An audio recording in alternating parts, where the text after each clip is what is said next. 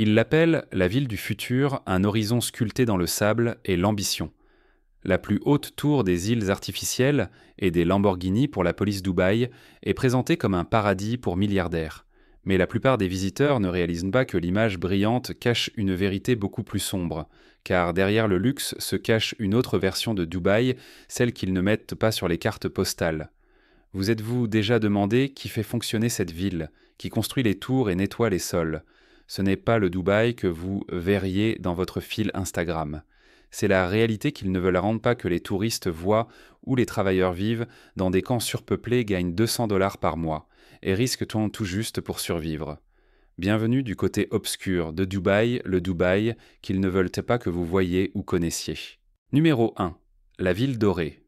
Dubaï se situe à l'extrémité sud-est du golfe Persique, au milieu du désert arabe, un emplacement qui offre des liens directs avec le Moyen-Orient, l'Europe, l'Asie et l'Afrique. Elle appartient aux Émirats arabes unis, une union de 7 Émirats, et Dubaï n'est qu'un d'eux. Cela surprend beaucoup de gens, n'est-ce pas? Aux côtés de Dubaï, les Émirats arabes unis comprennent Abu Dhabi, Fujairah, Ras Al Khaimah, Sharjah, Al Qawain et Ajman. Et bien que Dubaï soit la plus connue, la véritable capitale du pays est la ville d'Abu Dhabi qui partage son nom avec l'émirat lui-même.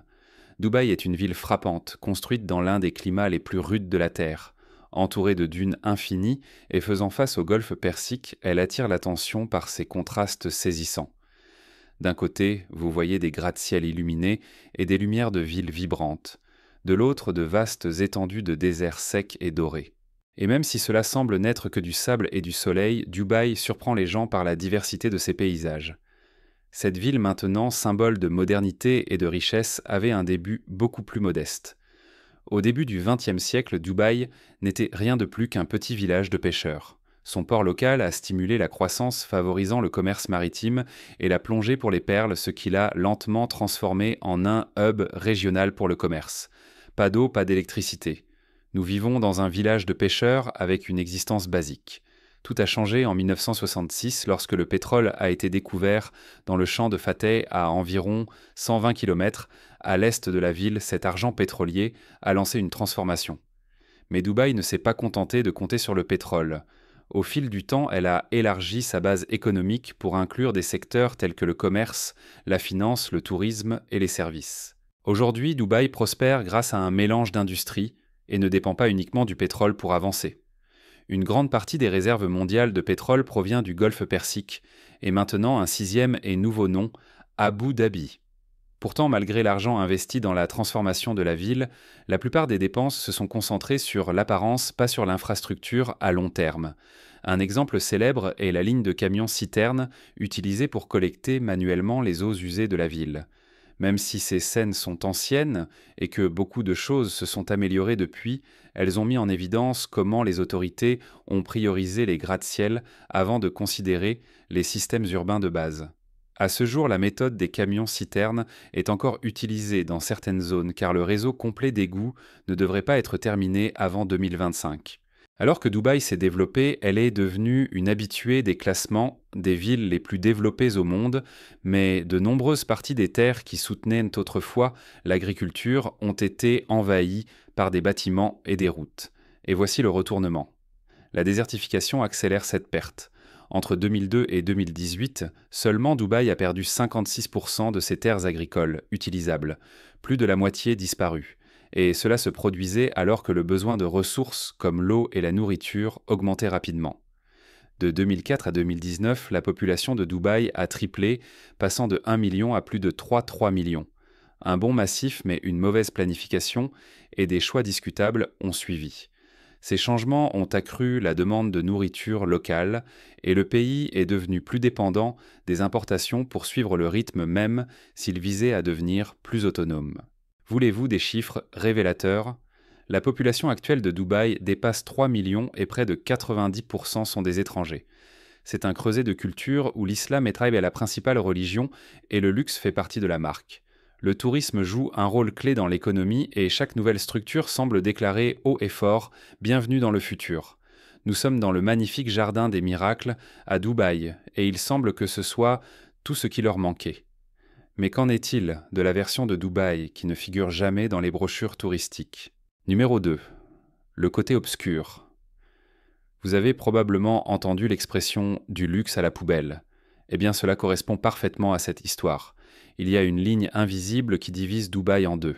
D'un côté, vous avez le monde brillant des hôtels 5 étoiles, des plages artificielles et des restaurants haut de gamme où les vacanciers se prélassent sous le soleil du désert. Mais si vous franchissez cette ligne, vous entrez dans un endroit qui ressemble à une autre dimension où tout le glamour disparaît et où la survie devient l'objectif quotidien. Cet endroit est connu sous le nom de Sonapur et il ressemble beaucoup plus à un centre de détention qu'à un espace résidentiel. C'est là que vivent les travailleurs migrants, les mêmes travailleurs responsables de la construction du Dubaï futuriste vu dans les publicités brillantes. Pourtant, ils vivent loin de l'éclat et du faste. À la place des intérieurs de designers et des vues sur la skyline Sonapur offrent des abris surpeuplés où même les routines les plus basiques sont partagées. Chambre, repas, repos et le poids constant de l'épuisement. Après tout, si quelque chose brille à la surface, quelqu'un doit endurer les difficultés pour que cela se produise. C'est le compromis. Confort pour certains, lutte pour d'autres. Pour comprendre comment ce contraste sévère a vu le jour, nous devons prendre du recul. Dans les années 1960, Dubaï n'était rien de plus qu'un avant-poste sous contrôle britannique, un village de pêche et de commerce tranquille, un endroit où les éleveurs traversaient les sables et la vie quotidienne était simple et lente. Abu Dhabi n'a pas d'eau douce. Les gens prennent des canettes à l'usine de distillation et achètent de l'eau de mer purifiée. Puis presque du jour au lendemain, tout a changé. La découverte du pétrole a transformé ce petit port en l'un des endroits les plus riches de la Terre. Pratiquement du jour au lendemain, le village désertique a été balayé par une vague de construction et de croissance économique. Il est devenu un aimant pour ceux qui cherchent de nouveaux départs, attirant des personnes de tous les coins du globe. Peu après des efforts organisés, on commençait à recruter des travailleurs de l'étranger. Et aujourd'hui, environ 85% des résidents de Dubaï sont des étrangers. Ils arrivent d'Asie du Sud, du Moyen-Orient, d'Europe et même d'Amérique de l'autre côté de l'Atlantique. En surface, ce mélange mondial présente Dubaï comme un lieu d'inclusion, une ville avec de la place pour tout le monde, et dans une certaine mesure c'est vrai. Mais ne faisons pas semblant que tout le monde partage le même espace de manière égale. Certaines personnes accèdent au Penthouse, tandis que d'autres restent confinées dans des quartiers exigus à la périphérie de la ville. À Sonapur, ce contraste est omniprésent. Alors pourquoi quelqu'un endurerait-il ces conditions ? La réponse est bien plus complexe que vous ne le pensez. Il convient de rappeler que les personnes qui quittent leur pays respectif recherchent de meilleures conditions. Tant de ces travailleurs espèrent donc qu'avec l'argent qu'ils reçoivent, ils pourront soutenir leur famille, payer des études et offrir de meilleures conditions de vie à leurs proches restés au pays. Selon l'indice mondial de l'esclavage 2023, un jour donné en 2021, 132 000 individus vivaient dans l'esclavage moderne aux Émirats arabes unis. C'est 13 personnes pour chaque millier. Ce chiffre place les Émirats arabes unis au 2e rang des pays arabes et au 7e rang mondial pour la prévalence de l'esclavage moderne. Au cœur de cette crise se trouve un système connu sous le nom de kafala. C'est un système de parrainage qui lie les travailleurs migrants à leurs employeurs, donnant aux entreprises un pouvoir sans contrôle sur la capacité de leurs employés à travailler, à vivre ou même à quitter le pays. Ce permis de travail devient une laisse. Dans ce système, les travailleurs n'ont souvent pas accès à une protection juridique ou ne peuvent pas quitter leur emploi sans en subir de graves conséquences. Et bien que le gouvernement ait introduit des réformes ces dernières années, ces changements n'ont pas suffi à démanteler le système ou à rétablir l'équilibre des pouvoirs. Beaucoup de ces travailleurs, en particulier ceux de la construction du travail domestique et des services, se retrouvent piégés dans des conditions qui répondent à toutes les définitions du travail forcé. Des enquêtes sur l'Expo 2020 Dubaï ont révélé des abus graves. Mais vous vous demandez peut-être pourquoi ne partent-ils pas simplement ? La plupart d'entre eux perdent leurs droits dès qu'ils mettent les pieds aux Émirats arabes unis. Dès leur arrivée, leurs employeurs confisquent leurs passeports et les envoient directement à Sonapur, où ils sont pratiquement isolés.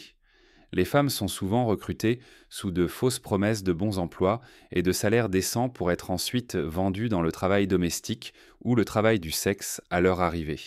Et pour aggraver les choses, la législation locale n'est pas en faveur des immigrants. Ils n'ont aucune garantie d'obtenir de tels salaires ou même de bonnes conditions de travail. Le gouvernement a signalé avoir identifié une personne en situation de travail forcé en 2021, la première fois depuis 2016, mais aucun détail supplémentaire n'a été rendu public. Pendant ce temps, la mendicité forcée a également émergé. Dans un cas de 2021, 3 femmes égyptiennes ont été arrêtées pour avoir voyagé à plusieurs reprises à Dubaï, pour forcer des enfants à mendier dans les rues. Encore plus caché est le problème des mariages forcés et des mariages d'enfants. Bien qu'il n'existe pas d'estimation nationale officielle, l'unité de mariage forcé du Royaume-Uni a enregistré 14 cas, impliquant des ressortissants britanniques contraints au mariage aux Émirats arabes unis depuis 2018, dont 7 rien qu'en 2020 malgré les restrictions de voyage liées à la pandémie. Le cadre juridique des Émirats n'incrimine pas le mariage forcé et le pays permet des exceptions qui sapent l'âge minimum officiel du mariage de 18 ans, permettant aux juges d'approuver des mariages pour des filles jugées matures. Bien que les Émirats figurent parmi les pays les plus riches prenant des mesures contre l'esclavage moderne, leurs problèmes structurels sont profonds. La discrimination systémique, le manque de protection et le pouvoir continu des employeurs sur les travailleurs alimentent un cycle où des milliers restent invisibles.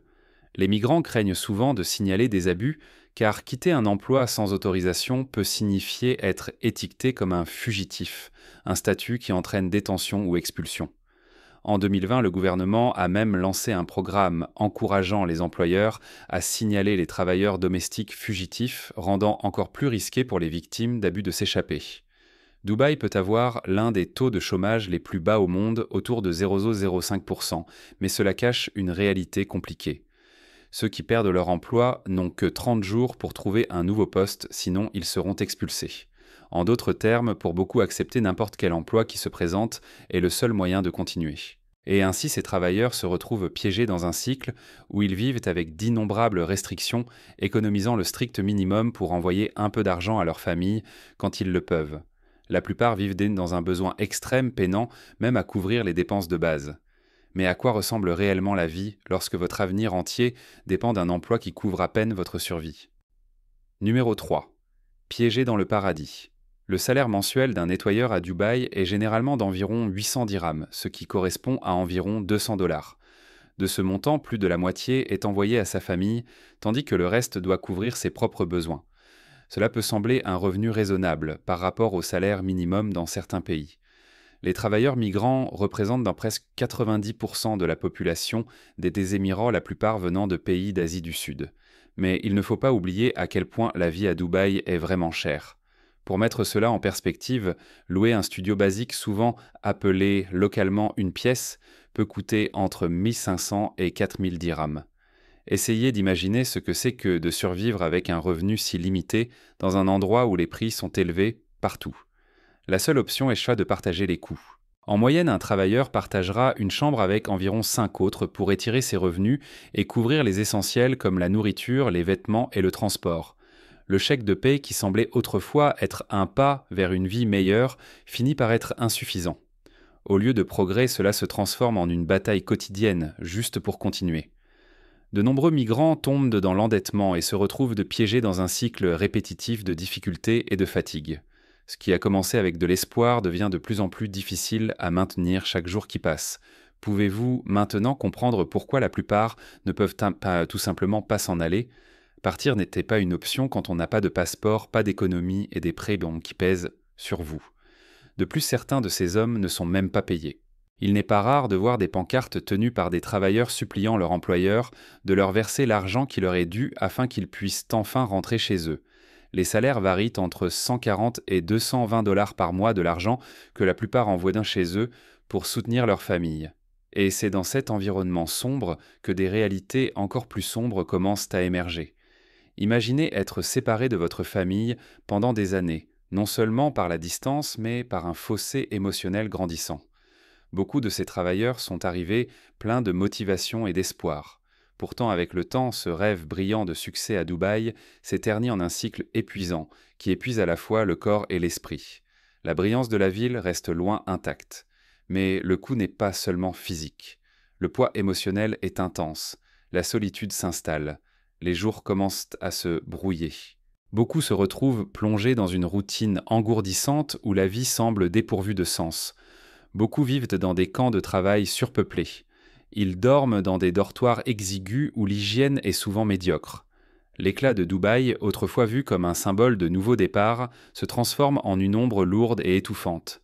Pour certains, le fardeau devient trop lourd à porter. Alors qu'ils survivent, avec le strict minimum, le luxe qui les entoure atteint des sommets inimaginables. Il y a des voitures recouvertes d'or des palais qui semblent sorties de contes de fées, des objets exposés qui défient la logique.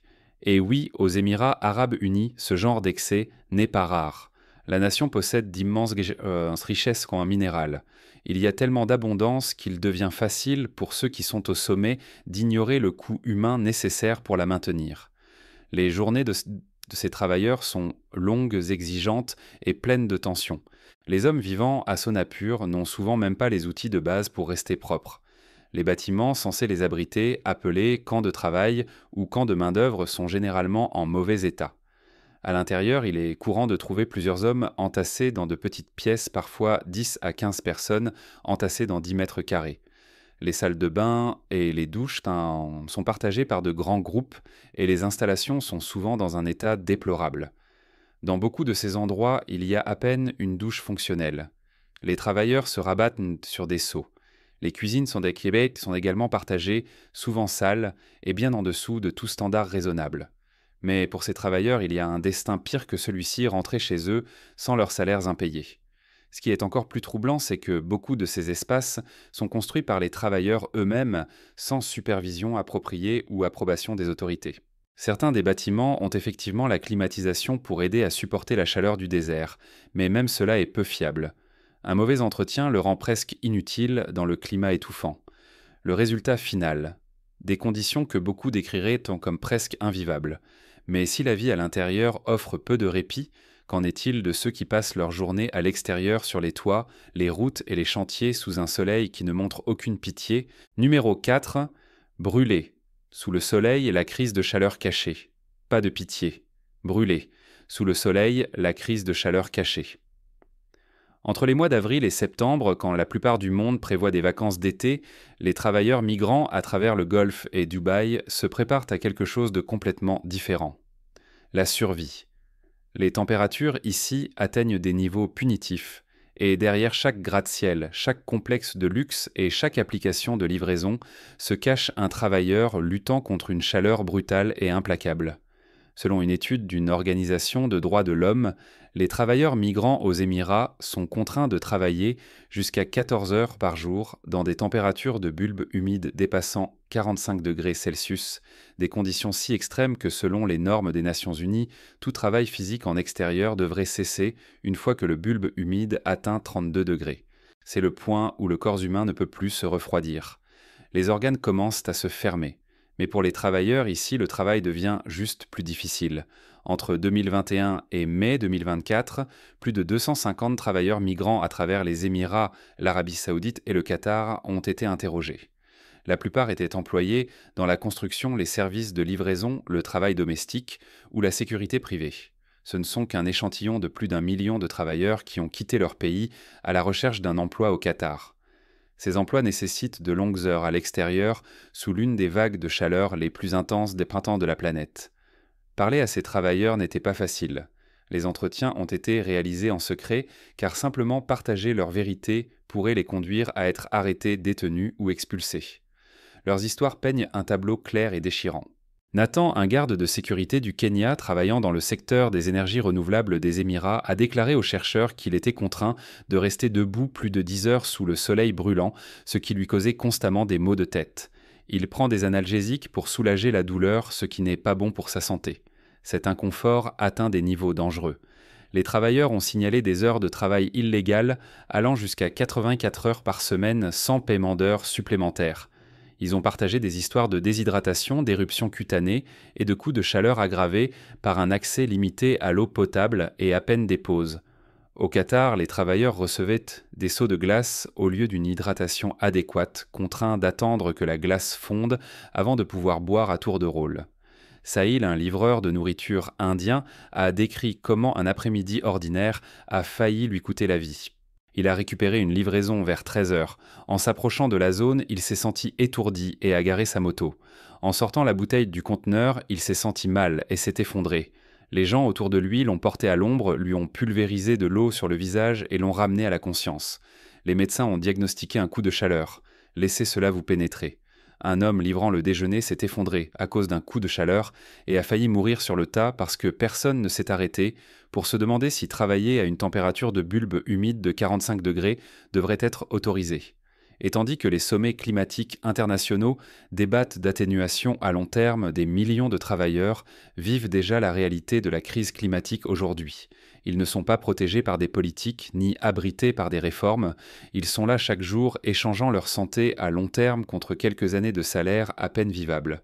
Les défenseurs des droits de l'homme appellent cela ce que c'est vraiment de la violence au travail, et cela coûte des vies. On estime que 10 000 travailleurs migrants d'Asie du Sud et du Sud-Est sont morts chaque année dans le Golfe ces dernières années, le surmenage des conditions abusives et la chaleur extrême parmi les principales causes. Mais le système exige encore plus de corps.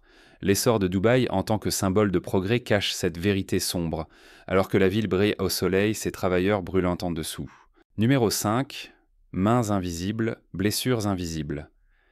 À Sonapur, un camp de travail loin des sentiers touristiques, plus d'1 millier de travailleurs de la Dubai Contracting Company ont éclaté en protestation. Leur colère a été déclenchée par la mort de Murad Ali, un ouvrier de construction pakistanais de 30 ans qui a été électrocuté alors qu'il travaillait sur la Millennium Tower.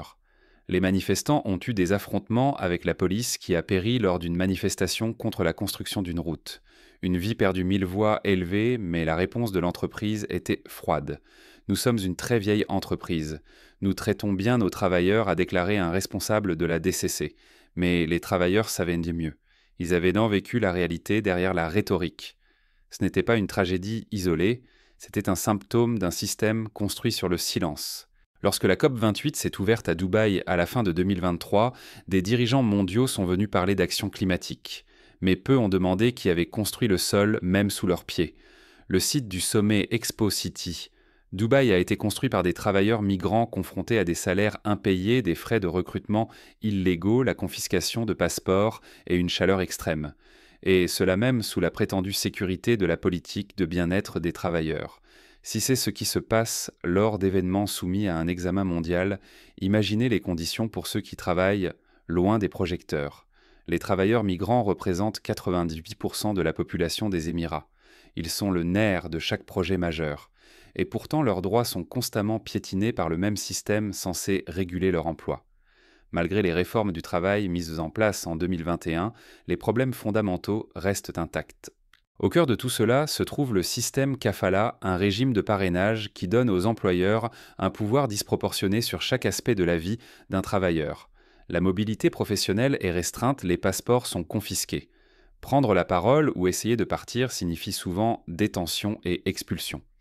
Même avec des protections comme l'interdiction de travailler en extérieur pendant l'été de 12h30 à 15h de la mi-juin à la mi-septembre, de nombreux travailleurs rapportent être contraints de travailler en pleine chaleur. Des études montrent que le risque de blessure atteint son maximum entre 9h et 12h, bien en dehors de l'interdiction. En vérité, les règles semblent meilleures sur le papier qu'elles ne le sont en pratique. Les travailleurs manquent toujours d'eau froide, de zones de repos ombragées et même de transports climatisés. Que se passe-t-il lorsqu'ils tombent malades ou s'effondrent sous la chaleur? La plupart ne bénéficient d'aucune assurance maladie, d'aucun congé de maladie, et lorsque les dommages deviennent chroniques, ils sont renvoyés dans leur pays d'origine pour se débrouiller. Les travailleurs de la construction seront désormais inclus dans le programme de congé maladie obligatoire de Washington. Le système les punit 2 fois, une fois par l'abus et à nouveau par l'abandon. L'insuffisance rénale est un résultat récurrent. Les travailleurs migrants souffrant d'une maladie rénale en phase terminale rentrent chez eux sans soutien, coincés à payer des traitements qu'ils ne peuvent pas se permettre, avec des vies définitivement altérées par des emplois qui les laisseront briser. Ce n'est pas seulement physique. Le coût mental de l'isolement, du silence et de la peur est profond. Les Émirats interdisent aux travailleurs de former des syndicats ou de faire grève. La dissidence est réprimée rapidement. Mais le syndicat est catégorique, il ne s'agit pas de cela. C'est pour sensibiliser, c'était un peu ridicule. Même la recherche sur les conditions de travail est dangereuse. La société civile quasi inexistante. Les activistes sont réduits au silence. Les journalistes s'autocensurent. Et les travailleurs, ils sont sans voix par conception. Le paradoxe est brutal. Alors que les travailleurs migrants aident leurs familles à survivre grâce au transfert d'argent, ces revenus sont siphonnés par des frais de recrutement illégaux que les migrants perdent souvent par le biais de prêts avec des taux d'intérêt allant jusqu'à 50%. En 2022, plus de 100 000 Bangladais, 122 000 Népalais et 128 000 Pakistanais sont venus aux Émirats à la recherche d'opportunités. Mais ce qu'ils trouvent souvent, ce sont des salaires impayés, des déductions arbitraires de faux contrats et des années de dettes pour des emplois qui n'ont jamais été ce qui avait été promis. Les travailleurs viennent de pays très pauvres, principalement du Pakistan, du Bangladesh et de l'Inde. Ils sont souvent des villageois, souvent non éduqués ou analphabètes. L'exploitation ne s'arrête pas au salaire. Pendant l'Expo 2020, des livreurs et des techniciens en climatisation ont décrit avoir travaillé sous des températures atteignant 50 degrés Celsius, sans ombre, sans repos et sans sécurité. Les gants fondaient, les téléphones surchauffaient. Les clients exigeaient des réparations rapides, mais le coût était la santé, parfois la vie. Et tandis que ces travailleurs construisent et soutiennent les Émirats, chez eux, leurs familles font face à une autre tempête des catastrophes climatiques. Inondations, sécheresses, terres agricoles perdues, maisons ruinées. L'ironie ne pourrait pas être plus douloureuse. Le pays contribue à moins d'1% des émissions mondiales de carbone.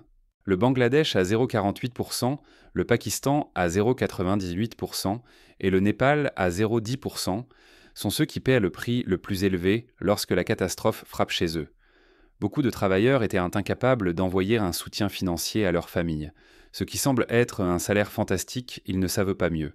Nous avons parlé à plusieurs travailleurs qui disaient que lorsqu'ils rentreraient, ils feraient en tout leur possible pour dissuader leurs amis et leurs familles.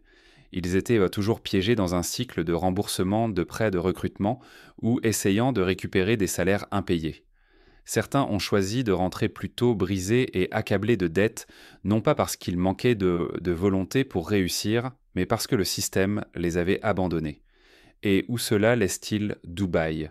La compagnie nationale pétrolière d'Abu Dhabi a récemment annoncé une augmentation de sa capacité de production de pétrole, portant la production de 4 millions à 5 millions de barils par jour. Une telle décision contredit directement toute promesse d'action climatique. Le changement climatique n'est pas une menace lointaine, il se déroule déjà. Le groupe d'experts intergouvernemental sur l'évolution du climat a émis un avertissement clair. Les températures de bulbes humides dans la région du Golfe pourraient bientôt dépasser 35 degrés Celsius. C'est la limite au-delà de laquelle le corps humain ne peut pas réguler la chaleur, rendant la survie presque impossible. Et pourtant, la réponse des Émirats reste la même, une pause estivale basée sur le calendrier. Pas de politique de bulbes humides, pas de transparence des données, pas de filet de sécurité centré sur les travailleurs, juste le même système réemballé. Lors de la COP28, le président Sultan Ahmed Al-Jaber s'est engagé à mettre la santé au centre des discussions climatiques. Mais tant que la protection contre la chaleur au travail, les droits de négociation collective et les réparations pour les abus ne seront pas abordés, cet engagement restera juste un autre discours dans une autre salle climatisée. Si Dubaï veut être un véritable leader, elle doit commencer par la base en protégeant les personnes qui ont construit le sol en premier lieu. Car juste au-delà des rues polies et des tours de luxe se trouvent des zones que la plupart des visiteurs ne verront jamais. Des zones si négligées, si instables que même les autorités avertissent les gens de rester à l'écart. Mais qu'est-ce qui rend ces endroits si dangereux et pourquoi sont-ils cachés ? Zones dangereuses. Mais si vous envisagez de visiter Dubaï, voici un avertissement.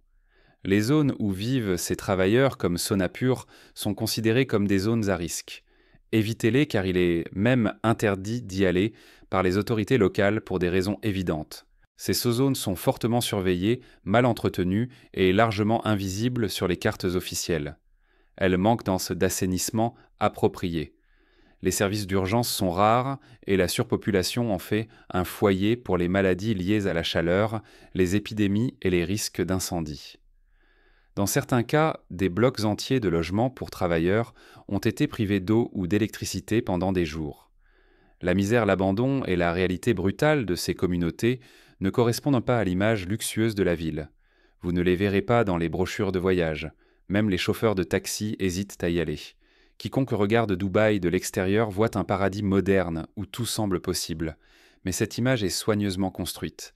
Les hôtels 5 étoiles, les restaurants primés et les événements exclusifs ne racontent d'enfant qu'une fraction de l'histoire. Ce qui n'est pas annoncé, ce sont les camps de travail cachés à l'écart de la vue publique où 10 hommes dorment dans une seule chambre et où la climatisation est un privilège, pas un droit. La vérité est qu'en arrière-plan de l'éclat, il y a un système qui exploite les plus vulnérables, transformant les travailleurs en rouages d'une machine qui ne s'arrête jamais. Alors que les touristes rentrent chez eux avec des souvenirs d'une ville enchanteuse, les travailleurs migrants portent le poids d'une vie sacrifiée pour un rêve qui n'a jamais été le leur. Sonapur est un rappel silencieux et sombre que le luxe de quelques-uns est construit sur le sacrifice de beaucoup. Mais cette histoire fera-t-elle un jour partie du récit de Dubaï, ou restera-t-elle dans l'ombre alors que la ville grandit cachant les visages de ceux qui la construisent? Merci d'avoir regardé et nous vous verrons dans la prochaine vidéo.